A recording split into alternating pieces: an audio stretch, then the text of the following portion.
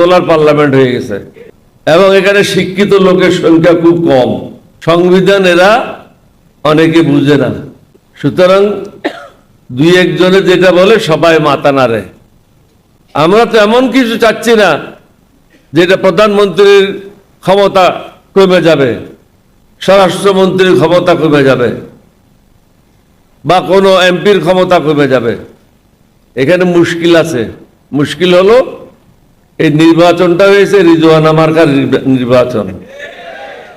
এটা হঠাৎ আমার খেয়াল বললো, পাকিস্তানে ছিলাম 12 বছর, অনেক এমপি ইলেক্টেড হয়ে আসতো, লেখাপড়া জানতো না, অনেকে হুক্কা নিয়েও পার্লামেন্টে ঢুকতো। তো একজনে বললো যে ভাই তুমি তো ঘুমাচ্ছ। বলছে আমি ঘুমাচ্ছি, যখন হাত তুলতে বলো একটু ধাক্কা দিও, আমি হাত তুলে নেব। এখন এরকম হাত তোলার পার্লামেন্ট হয়ে গেছে। প্রধানমন্ত্রীকে চিন্তা করতে হবে যে যতই কিছু করুক না কেন শেষ পর্যন্ত দায়ভারটা আপনার উপরে আসবে। আপনি নির্বিঘ্নে আপনার কর্মকাণ্ডগুলি চালাতে পারবেন, কিন্তু এখানে ক্ষতিগ্রস্ত হবে কিছু দুর্নীতিবাজ কর্মকর্তা কর্মচারী। গত 1.5 মাসে 51,000 কোটি টাকা ব্যাংকের থেকে ঋণ নিয়েছেন। তাহলে পুরো বছর হলে কত হাজার লক্ষ কোটি টাকা হবে? এছাড়াও এটা তো হলো ইকোনমিক সাইডটা, বাইরে যে অশান্তিটা হবে এটা কিভাবে সামাল দেবেন? জনগণের মধ্যে অশান্তিটা সৃষ্টি যে হবে দ্রব্যমূল্যের কারণে, এটা সামাল দেওয়া সম্ভব হবে না। তারপরে আমরা তো বসে থাকবো না।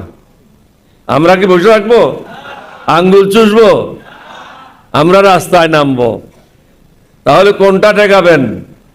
দ্রব্যমূল্য ঠেকাবেন, নিজের আসন ঠেকাবেন, না 11 দলীয় ঐক্য জোটকে থামাবেন? 11 দলীয় ঐক্য জোটকে ধাপে ধাপে রাস্তায় নামতে হবে, এটার বিকল্প নাই। সোজা আঙ্গুলে গিয়ে উঠবে না। সংস্কারগুলি যখন শুরু হয় প্রত্যেকটা রাজনৈতিক দলকে ওখানে ডাকা হয়েছিল, বিএনপি সহ সবাই এটাতে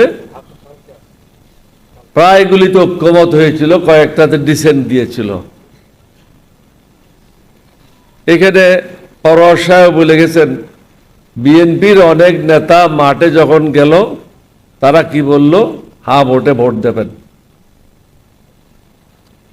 এই সংস্কারের কারণটা কি ছিল? আমাদের যে ছেলেরা শহীদ হলো, সমগ্র দেশ আন্দোলন করলো কিসের জন্য? এই সংস্কারের জন্য, বৈষম্য দূর করার জন্য। এই বৈষম্য এবং সংস্কারগুলি করলে কি, বৈষম্য দূর করলে, সংস্কারগুলি করলে কি হয়? একটা দেশ একটা সিস্টেমের মধ্যে চলে আসে। দেশ কিন্তু ব্যক্তি চালায় না, একটা সিস্টেমের মধ্যে পড়ে গেলে সিস্টেমটাই দেশ চালায়। এখন আমরা কিন্তু সিস্টেমে যাইতে চাচ্ছি না। আমরা জানি এটা ভুল, কিন্তু সেটা আমরা গ্রহণ করতে চাচ্ছি না। আমরা জানি একজন জাজ হাইকোর্টের, তাকে যদি অ্যাপয়েন্টমেন্ট দেওয়া হয়, সেখানে যদি সব দলের নেতৃবৃন্দরা থাকে, প্রশ্ন জিজ্ঞাসা করে, তিনি যদি দলীয় লোক না হয়, তার বিরুদ্ধে যদি কোনো অভিযোগ না থাকে, নিশ্চয়ই তিনি জনগণের জন্য কাজ করবেন। আর যদি সরকার তাকে এককভাবে সেখানে নিয়োগ দেয়, তখন সে সরকারের পক্ষ হয়ে কাজ করবে। একইভাবে দুদকে যান, পাবলিক সার্ভিস কমিশনে যান, প্রত্যেকটা জায়গায় যান। আমরা কি চাচ্ছি? আমরা তো এটা চাচ্ছি না যে আমাদেরকে 10 জন মন্ত্রী দেন, 20টা গাড়ি দেন, 50টা প্লেন দেন। এটা তো আমরা চাচ্ছি না। যে জিনিসটা ভুল আমরা করে চলেছি বিগত 50 বছর 52 বছর যাবৎ, এই ভুল থেকে আমরা বেরিয়ে দেশটাকে একটা সুন্দর পথে পরিচালিত করতে চাচ্ছি। 70% লোক অংশগ্রহণ করেছে, 30% লোক অংশগ্রহণ করে নাই। আপনি এটা না কি করে করবেন? সংবিধানের দোহাই দিলে তো হবে না। 1971 সালে আমরা যখন বিদ্রোহ করি, সেটা কি সংবিধান মেনে করেছিলাম? পরবর্তী পর্যায়ে অনেকগুলি কাজ হয়েছে, আমি প্রত্যেকটা সংগ্রামের সাথে লিপ্ত ছিলাম, নেতৃত্বে ছিলাম। এরশাদের পতন যেদিন হলো, সর্বশেষ মিছিলটা আমিই করেছিলাম, 144 ধারা ভঙ্গ করেছিলাম। এটা কি আইন মেনে করেছিলাম? সংবিধান মেনে করেছিলাম? সংবিধান কার জন্য?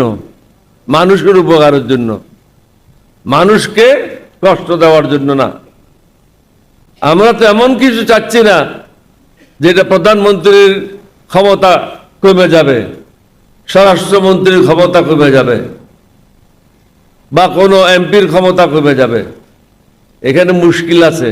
মুশকিল হলো এই নির্বাচনটা হয়েছে রিজওয়ানা মার্কার নির্বাচন,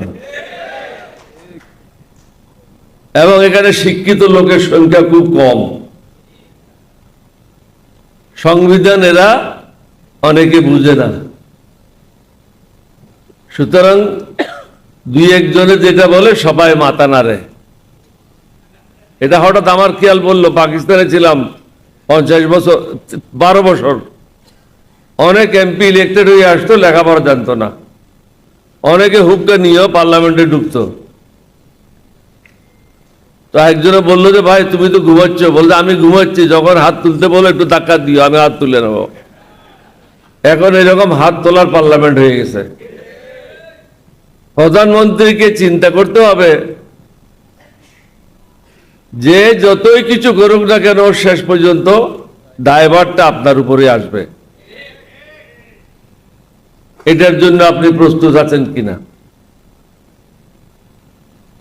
আপনার মাও বলেছে সংবিধান ছুঁড়ে ফেলায় দাও, না বলে নাই?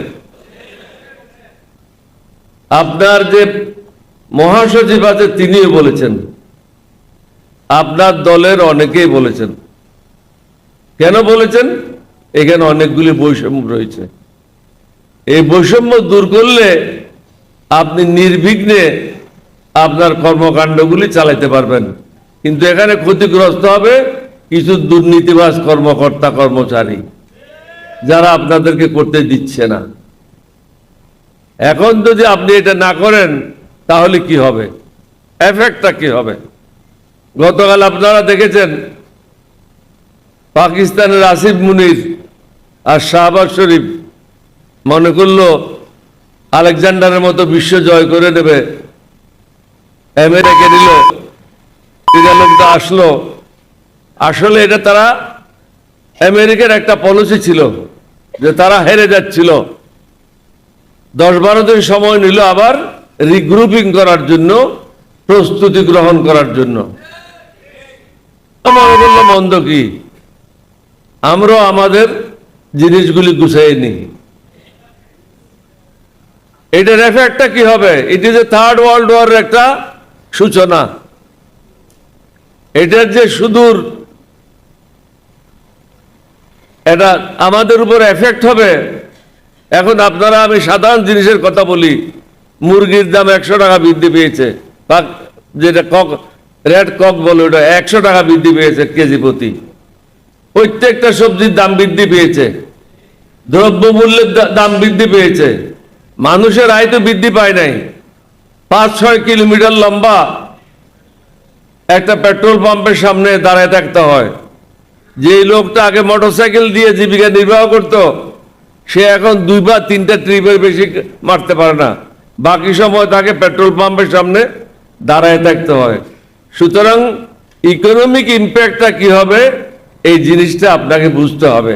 এখানে বড়োয়ার সাহেব বলে গেছেন গত 1.5 মাসে 51,000 কোটি টাকা ব্যাংকের থেকে ঋণ নিয়েছেন। তাহলে পুরো বছর হলে কত হাজার লক্ষ কোটি টাকা হবে? এছাড়াও এটা তো হলো ইকোনমিক সাইডটা। বাইরে যে অশান্তিটা হবে এটা কিভাবে সামাল দেবেন?